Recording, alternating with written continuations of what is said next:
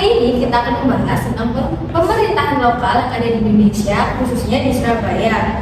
Untuk tugas mata kuliah Administrasi Pemerintahan Daerah, program studi Ilmu Administrasi Negara. Oh ya, sebelumnya perkenalkan, nama aku Amanda Indonesia Putri dengan NIM 382 dan di sebelah kanan saya ada Aisyah. Halo, kenalin aku Aisyah Putri, NIM 402. Kenalin di sebelah saya ada Aismi. Halo, aku Aismaria Cahaya Kamil dengan NIM 386. Nah, di sebelah kiri saya ada Endelika.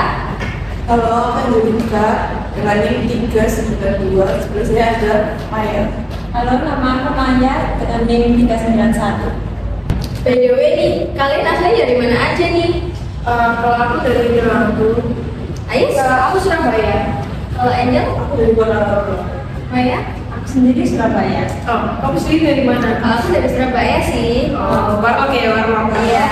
Nah, ini kan ada ya yang dari luar kota Surabaya. Kultur shock menurut kalian yang pertama datang ke Surabaya itu gimana ya? Kalau dari aku sendiri sih ini macet. Nah, soalnya kan ini ada kereta, terus jam pulang kerja, jam berangkat kerja, sama mungkin ada di beberapa tempat itu sampai macetnya itu berkilo-kilo lah. Emang kalau di daerahmu sendiri kan di Tulungagung ya? Iya benar. Itu macetnya gimana? Macet banget. Kalau di daerahku sih nggak sebegitu macet ya. Mungkin kalau macet itu karena ini ada kegiatan kayak pawai budaya daerah, itu kan bisa menyebabkan macet. Cuma nggak sampai berkilo-kilo itu sih. Kalau di daerah itu ada macet nggak? Wah, cuma kalau di sini sih jarang ya, Mbak. Mungkin hampir sama kayak di Tulungagung kalau ada pawai, kira budaya kayak gitu sih. Pawainya itu di acara-acara besar atau gimana? Kalau di Ponorogo lebih sering itu pawai waktu suro. Itu kayak ada pembukaan buku suro dari itu habis seminggu itu ada acara buku suronya. Habis itu ada penutupan buku suro. Yang paling ramai biasanya penutupan sama pembukaan. Itu sebelumnya ada orang-orang terkait acaranya tadi atau enggak? Biar nggak macet. Ada sih, biasanya ada kayak perubahan arus lalu lintas kayak nanti yang ditutup bagian mana aja. Kalau di Surabaya sendiri sebelumnya ada orang-orang nggak dari pemerintah atau desa? Ada sih ya, kayak solusinya dari Ende tadi ada perubahan lalu lintas, terus mungkin ketambahan ini ya dari 17 Agustus pemilihan ini itu pasti macet banget, soalnya kan ada pawai besar-besaran di kota, pasti ada perubahan arus lalu lintas. Kalau di Surabaya sendiri ada pawai-pawai juga nggak? Peringatan dari apa gitu? Kalau pawai setahu setiap daerah itu ada masing-masing, cuman nggak yang satu pusat jadi satu gitu. Mungkin ada kalau 17-an di Iya. ada di beberapa tempat aja sih. Di Surabaya pusat. Ini sih kalau waktu Surabaya ulang tahun, itu iya. kan banyak sih kegiatan-kegiatan. Nah, itu Karena beberapa kali kan. Ya. Apalagi kalau sedikit tintang sih, itu kan keluhan mahasiswa ya. Iya, soalnya kan ini banyak universitas juga sih kalau di Bintang, nggak cuma UNES aja, cuma ada beberapa sih. Terus ada dari SMK juga kan soalnya di sini. Terus Telkom. Jadi wow.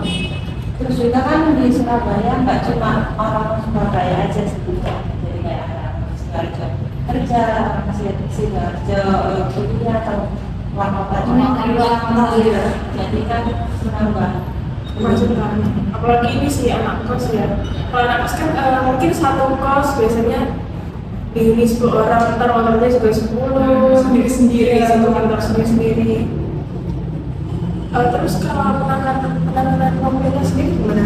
Pastinya kita udah ada belum? kalau teman-teman sendiri mungkin ada ya, tapi belum terlaksana merata. Kalau kemacetan, soalnya ya itu kan di setiap satu kakak isi 5 orang, mereka rumahnya ada motor. Soalnya emang di Surabaya juga jarang pakai angkutan umum ya.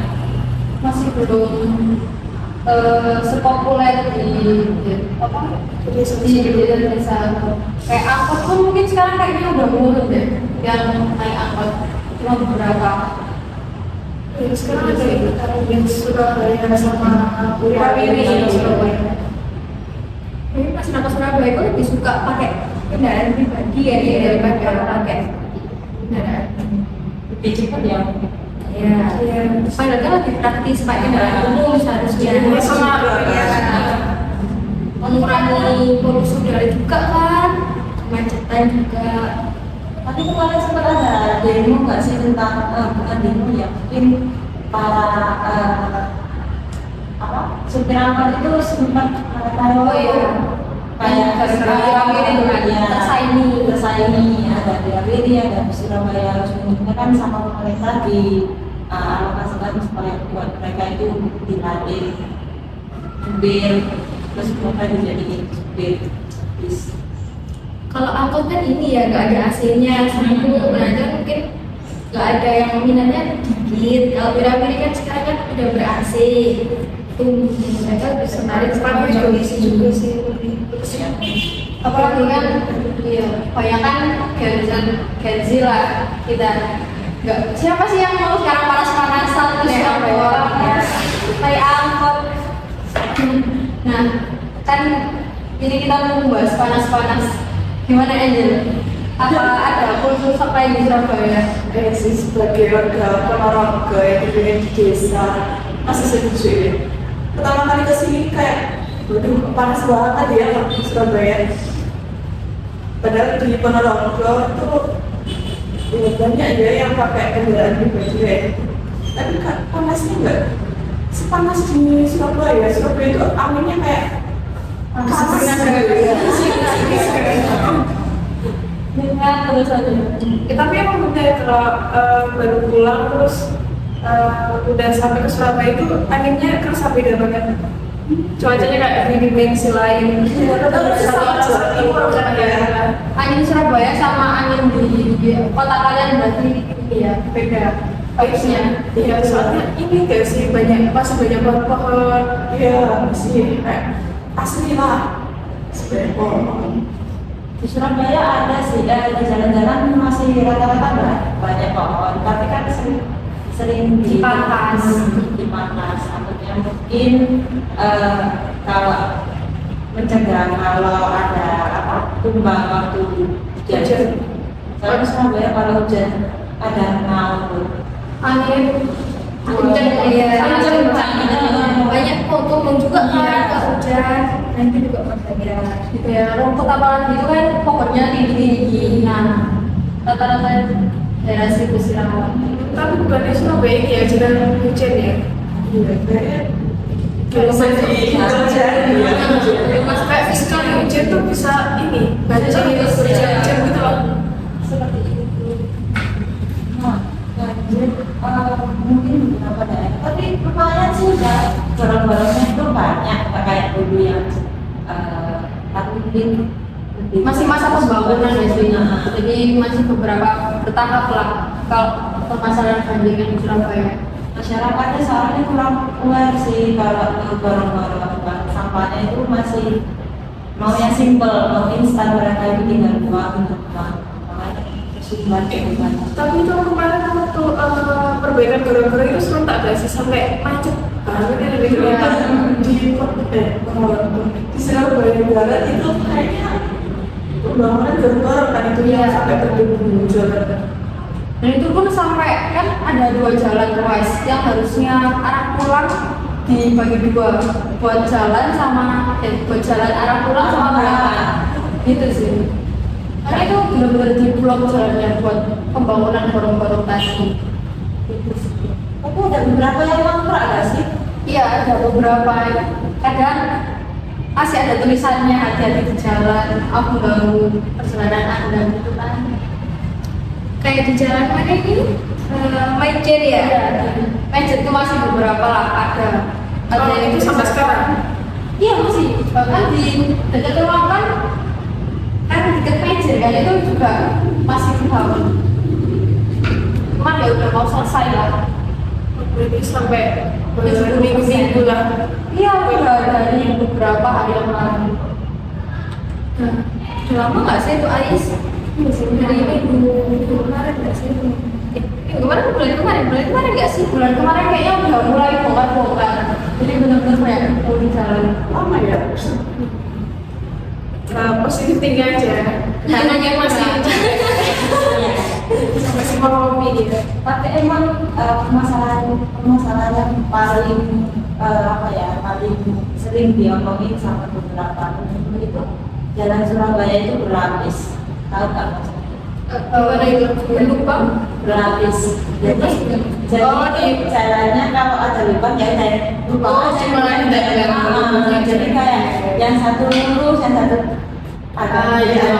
gitu Itu loh. kan bahaya kan ya. Cuma nyebabin kecelakaan gak sih itu? Iya benar. Dari kejauhan nggak kelihatan dia kalau Apalagi kalau malam. Apalagi yang matanya rabun. Wah, bahaya sih. Nah, ini kan kita sudah membahas tentang gorong-gorong, macet sama panas ya.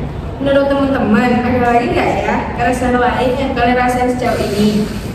ini gak sih yang akhir-akhir ini lagi ramai di Surabaya apa itu begal ya. Apalagi di Indonesia beberapa hari yang lalu kayaknya ada berita begal juga. Kayak motor Yang dibongkar itu gak sih di gerbang belakang? Yang sampai Kayak situ lah.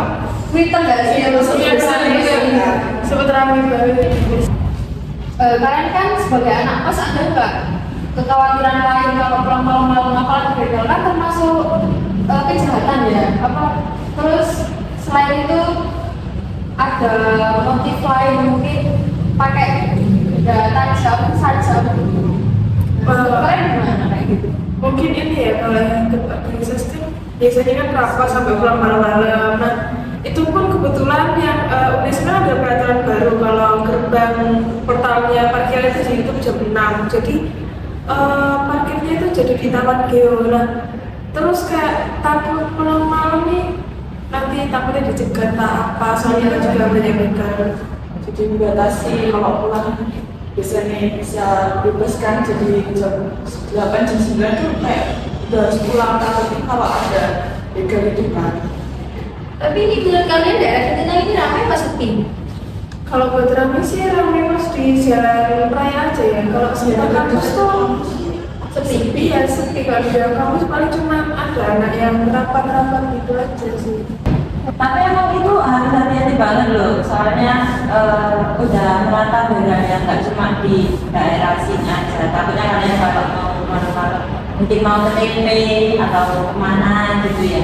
Kalau pulang malam hati-hati banget. Soalnya bahkan di lampu merah pun di berlebihan yang banyak orang itu mereka berani loh mereka. Dan kadang orang-orang itu juga yang mau membantu mungkin takut ya. Soalnya kan takutnya bedanya itu bawa saja atau apa gitu. Oh, ini loh kalau di Ketintang perempatan rel kereta itu tahu nggak? Kalau macet itu malah ada HP yang di dashboard motor itu sempat diambil, tapi kita nggak tahu siapa yang ambil. Soalnya saking macetnya ramai orang itu. Padahal itu sia-sia lampu sih. Kalau di daerahmu ada begal nggak? Banyak sih, soalnya kan juga di Surabaya kalau itu terkenal sama asal dari beda-beda ini. Makanya itu kenapa Blok M itu kayak sebenarnya udah jelek banget. Mereka itu udah apa? Dikit-dikit kalau misalnya ada di upload Tulisan gitu. kemudian atau apapun makanya itu Blok M. Padahal kayak belum tentu nggak sih, kayak belum tentu itu orang BM gitu kan. Kalau itu kurang tahu sih, tapi emang rata-rata itu Kayaknya citranya udah buruk gak sih? Iya. Jadi itu penyebab salah satunya. tapi kasihan juga sama yang mereka yang dari Blok M tapi nggak ngapa-ngapain. Mereka Cuma juga imbas. kalau misalnya ditanya kamu orang Madura ya, orang Madura loh suka nyuri gitu. Itu kan kayak kamu sendiri loh. Padahal mereka itu nggak ada satu pautnya, bahkan mereka pun pernah mengalami jadi apa? Korban Korban. sesama Blok M. Iya. Kalau bahas yang sajam tadi kebetulan kan ini ada di asli Surabaya itu 14 anggota geng remaja diamankan di Tambahmedi. Jadi kayaknya pemerintah dalam mengantisipasi begal atau remaja-remaja yang sajam cukup cepat ya. Soalnya polisinya langsung ditinggal untuk mengamankan gitu. Banyak sih soalnya kejadian itu di daerah utara ya, apalagi ya kayak Aura, terus Ya, yang kalau itu tadi ya, ya. tapi kalau Kalatia biasanya kuliah itu di daerah pusat itu sama barat ya. Kalau utara kan jalannya untuk padat, jadi mungkin baratnya itu lebih ke balap sepeda. Betul-betul. Apalagi kalau jam 1, jam 2 ke atas itu udah mulai biasanya. Mungkin itu karena dari sepi ya. Udah sepi kan, kayak hampir steril lah. Ini di Jalan Mangomulyo banyak banget itu balap liar. Mejen tuh HL itu juga lumayan. Tapi emang Banyak balap kalau liar. kalau setahu sekarang di dulu itu di Dago itu emang jadi depannya, tapi sekarang udah nggak sih langsung dikasih apa? Kayak bahasa ada polisi yang Udah di jalan ketat ya berarti. Mungkin ini gak sih penyebab juga kayak mungkin ekonomi mereka juga sudah nggak baik-baik aja, nggak stabil. Terus kan juga lawan pekerjaan kan setahu tahun-tahun ini kayak lebih murah dan semakin sulit untuk mencari pekerjaan. Ini efek dari COVID-19 kemarin nggak sih? Oh iya, kan sempet Ada penurunan. tapi setelah COVID itu setahu aku masih normal loh, masih maksudnya kayak orang-orang lawan pekerjaan itu masih ada. Tapi sekarang itu sampai beberapa orang yang bilang krisis moneter banget ya Surabaya loh, kerja ini nggak diterima, terus jualan ini nggak ada yang beli, jualan ini sepi, pokoknya semua itu kayak gitu. Jadi kayak ya kalau dipikir ekonomi menurun drastis. mungkin pengaruh ini gak sih kalau kriteria kerja itu banyak persyaratan kayak kerjanya cuma jadi SWG tapi harus lulusan S1 Atau kadang kita harus menguasai mata angin gitu kan. kadang fresh graduate tapi pengalamannya masih 2 tahun ya. Kan kayak kurang masuk akal. Kita padahal fresh graduate tapi harus ada pengalaman. Kita di pengalaman kan kayak cuma pengalaman buat magang aja kan, ini pun cuma 3-6 bulan aja ya. Iya, nggak sampai bulan-bulan lah. Kayak iya semakin peraturan ini semakin cepat. Kayak nggak sepadan lah sama gajinya. Kita sekolah 12 tahun terus jadi mahasiswa bertahun-tahun tapi gajinya cuma segitu. Dari perbincangan kita tadi nih, menurut kalian sudah baik nggak sih cara pemerintah mengatasi permasalahan yang ada di Surabaya?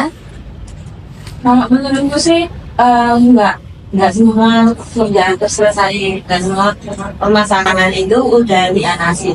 Kayak tulisan tentang penghijauan tadi, kan wali kota yang sekarang itu nggak kayak wali kota yang dulu, lebih fokus ke penghijauan.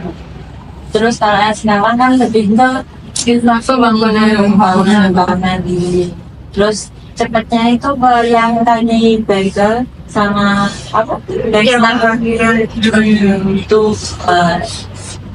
jadi kalau polusi itu masih kurang kalau baru masukkan sudah tempat atas itu. Mungkin cukup sekian dari podcast perdana kami kali ini. Ini ada beberapa cuplikan video yang dapat dilihat tentang permasalahan yang terjadi di Surabaya. Semoga podcast ini dapat memberi manfaat bagi teman-teman semua. Saya selaku moderator, mohon maaf jika ada kesalahan kata maupun ucapan. Terima kasih semuanya. Bye-bye. See you.